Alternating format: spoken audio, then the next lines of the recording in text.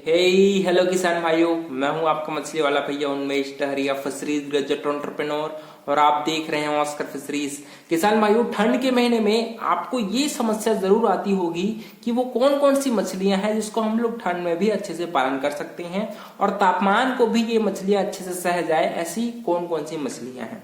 तो आज की इस वीडियो में मैं आपको 4 से 5 मछलियां बताने वाला हूं जिसको ठंड में आप आसानी से पालन कर सकते हैं।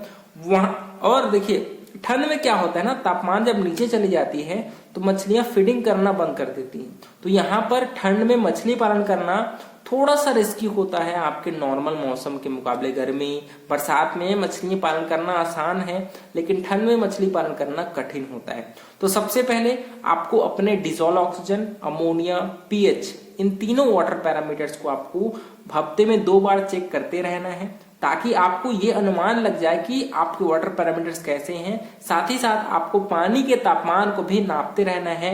अगर 15 डिग्री से नीचे अगर आपका तापमान चली जाती है, तब आपकी मछलियां पूरी तरीके से खाना लेना बंद कर देती हैं।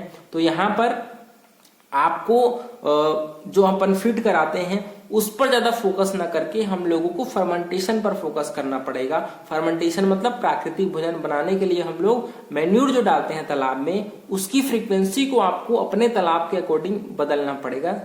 अगर मछलियां खाना नहीं खा रही, सप्लीमेंट्री फीड नहीं खा रही, तो प्राकृतिक भोजन बनाने के लिए हम लोग फर्मेंटेशन आपको करना पड़ेगा। तो सबसे पहले दोस्तों, वो कौन कौन सी मछलियां हैं, तो मैं 5 मछलियों का नाम बताता हूं जो ठंड में आपको पालन करना चाहिए। सबसे पहले अपर लेयर में आपकी कतला मछली, सिल्वर कार्प मछली। मिडिल लेयर में आपकी दोस्तों ग्रास कार्प मछली, और निचले हिस्से में दोस्तों आप अमूर कार्प या फिर मृगल, इन दोनों में से कोई एक, या फिर आपकी जो कॉमन कार्प मछली है। इन तीनों चारों पांचों मछली को आप एक साथ पालन करिए। दूसरी बात, जब भी आप मछली की स्टॉकिंग करें तो आपको तालाब की तैयारी जरूर कर लेनी है, क्योंकि ठंड में हमारी जो बाहरी जो अपन फीड डालते हैं, जो आपकी कंपनी वाली फीड अपन डालते हैं, उसको मछलियां अच्छे से नहीं खाती। तो मेरे हिसाब से तालाब में प्राकृतिक भोजन बनना बहुत ही जरूरी है। प्राकृतिक भोजन बनने के लिए हम लोग क्या करते हैं, सबसे पहले चूना डालिए तालाब में।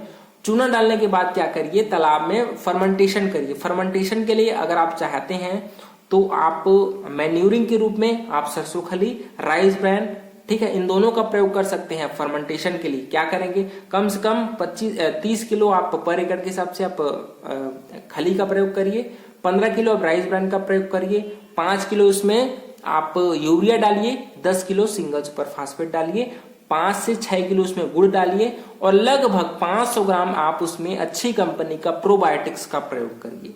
ठीक है, क्या होगा, ठंड में हम लोग गोबर का प्रयोग थोड़ा सा कम करेंगे, क्योंकि गोबर क्या है, तालाब में अमोनिया बढ़ाता है, तालाब में ऑर्गेनिक लोड को बढ़ा देता है। तो इससे अच्छा ये है कि हम लोग जो अपन फीडिंग कराते हैं उसी को अगर आप हम लोग सड़ा करके, मतलब आपकी खली और राइस ब्रान को अगर हम लोग सड़ा करके तालाब में प्रयोग करेंगे, तो इससे प्राकृतिक भोजन भी बनता है। ठीक है, इससे फर्मेंटेशन भी होता है आपके तालाब में। तो गोबर का प्रयोग ना करके आप सरसों खली और राइस ब्रान का प्रयोग करिए। और जैसे ही आपको लगेगा कि तालाब का पानी का कलर है वो हरा कलर होना शुरू हो गया, तब आप तालाब में बच्चे छोड़िए। यहाँ पर आपको टोटल 5 मछलियों को मिलाकर अगर आप एडवांस फिंगरलिंग बच्चे छोड़ रहे हैं, मतलब 50-100 ग्राम के बच्चे छोड़ रहे हैं, तो आपको टोटल संख्या में पर एकड़ 3000 की संख्या में बच्चे छोड़ने हैं। क्योंकि ठंड में हम लोग मछलियों की संख्या को कम डालेंगे ताकि ऑक्सीजन का शॉर्टेज मत हो, आपके वाटर पैरामीटर्स अच्छे से मेंटेन रहें।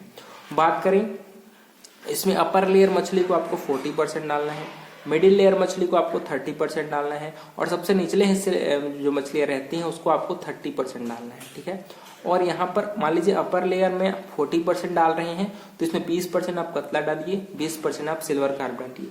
वहीं मान लीजिए आप मिडिल लेयर की मछलियां उसको 30% डाल रहे हैं, तो 15 या फिर टोटल आप ग्रास कार्प 30% डालिए। निचले हिस्से में आपकी मृगल और आपकी कॉमन कार्प मछली है, तो उसको आपको 15% डालना है।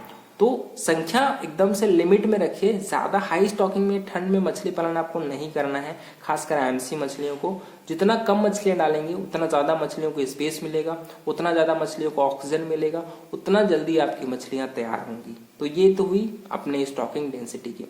अब दूसरा सवाल आता है कि इन मछलियों को खाना क्या खिलाया जाए।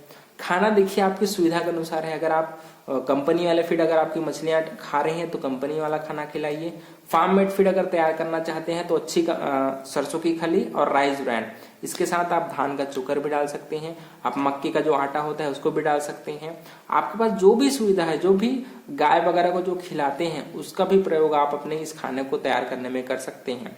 लेकिन आपको खली को जरूर अपने खाने में ऐड करिए। खली में क्योंकि प्रोटीन की मात्रा अच्छी होती है सरसों की खली की, तो उसको आपको जरूर अपने खाने में इंक्लूड करना है। फीडिंग की बात करें, फीडिंग आपको 2 तरीके से करना है। पहला, आपको बैग फीडिंग कराना है ठंड में, ताकि फीड का वेस्टेज कम हो। अगर हम लोग ब्रॉडकास्टिंग करते हैं, अपने हाथों की मदद से अगर मछली को फीडिंग कराया जाता है तो उसमें फीड का वेस्टेज ज्यादा होता है। और ठंड में आपको वाटर पैरामीटर्स को मेंटेन रखने के लिए फीड का वेस्टेज बहुत ही कम करना है। तो उससे अच्छा ये तरीका अपनाया जाए कि यार आधे फीड को हम लोग बैग फीडिंग करा दें और आधे फीड को हम लोग ब्रॉडकास्टिंग करा दें, ताकि दोनों प्रकार से मछलियों को फीड मिल सके। ठीक है, तो अगर आप ब्रॉडकास्टिंग कर रहे हैं तो आधे को आप ब्रॉडकास्टिंग करिए और आधे फीड को आप बैग फीडिंग करा दीजिए। पर एकड़ आपको 4 से 5 बैग अपने तालाब में लटकाना है। एक रस्सी बांध दीजिए तालाब के बीचों बीच में और उसमें 4-5 बैग लटका दीजिए, और बैग है वो पानी के थोड़ा सा डूबा रहे और थोड़ा सा आधा हिस्सा ऊपर में रहे, ताकि मछलियों को जब भी जरूरत पड़े वो मछलियों को फीड कर ले, है ना।